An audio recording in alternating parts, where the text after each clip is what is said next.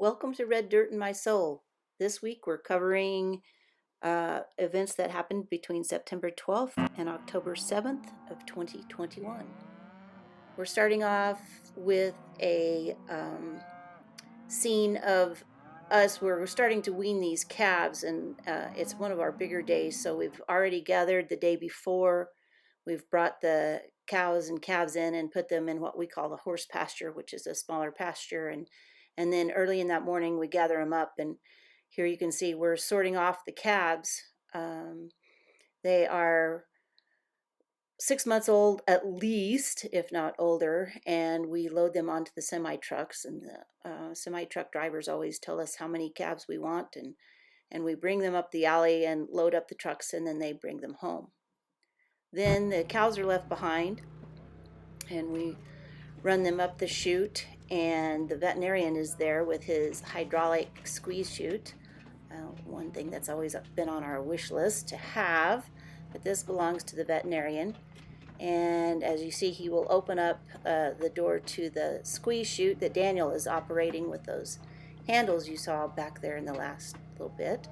And the veterinarian will reach in under the cow's tail, and he will reach basically where all of her poop is coming out, and he can feel where the calf is below there. He's not actually in where the calf is, because that would, obviously disrupt the calf. So anyway, I just got you a few scenes of that. Now, right now, Brandon is reaching down, and when cows get old, they start to lose their teeth, and so he is doing what we call mouthing out.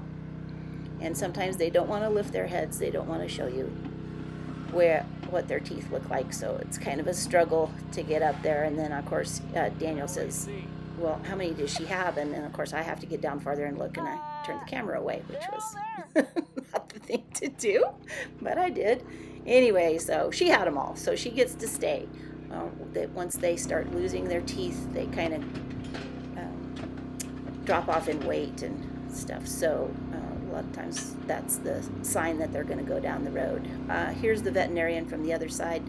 I call this guy the good doctor, and he will reach in, and he can feel the head of the fetus in there, and he can calculate in his head how many days old it is, and then we tell him where we put the bulls in. And so if it's a 60-day calf, he can yell out, it's going to be due April 2nd or whatever. And then again, somehow I was really like it when the guys have to get down there and see how many teeth the old girls have. And then, of course, Megan, you can see her there in the cowboy hat, and she's writing down the cow's numbers and her due date, and if she's an old cow, if she has 2 teeth left, or if she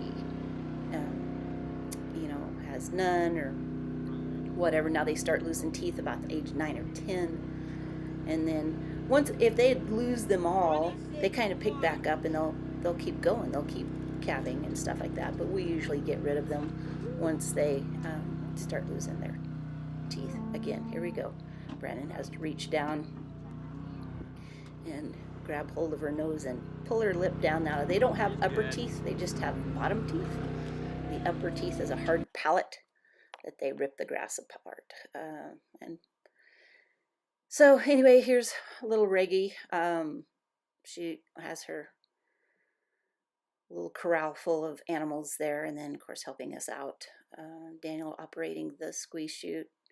And then we also do some other things with them, and one is to put ivermectin on their backs, and that's a wormer. And so cows get worms from eating grass, and they get worms from flies, and so you really want them to have that wormer, because having flies or worms really impacts their health. So then, of course, I had to get creative with my black and white photography. And, of course, one last shot of Brandon mouthing out an old cow. This next scene is up in the hills, and this is a view you don't see very often, but if you look right down in that white spot, yeah, there you go. Look, there's Daniel and Tess on horseback up there. So Kind of a unique view of the home place and the countryside around there. You can see there's calves below Brandon. He's up there on his phone trying to talk to people. And here we are with the calves. We keep them in the corral for a while. They're upset because they're separated from their mom, and so we let them calm down and in the corral. And then about a week later, we take them down into the field, and that's what we're doing here with a little bit of fall color in the background, and the boys talk to each other. And you can see it's pretty dusty, and just a little view of them going through the trees. I thought that was kind of pretty when I filmed it. It's all right. So anyway, they're down in the field and eating grass and being happy. Next is we decided we always supplement with something. We've supplemented with grain. We've supplemented with cob corn. And this year we're doing what's called Dakota Gold.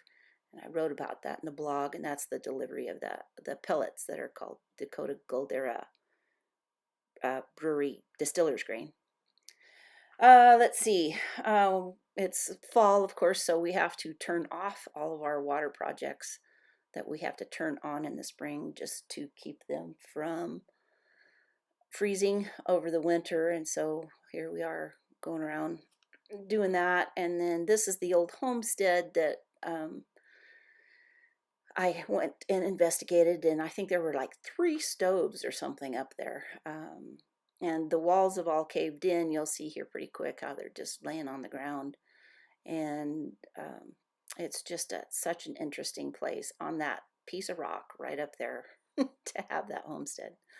Anyway, so thanks for joining me here at Red Dirt in My Soul. I try and do these weekly. Sometimes it doesn't work, but I hope you enjoy these reread videos.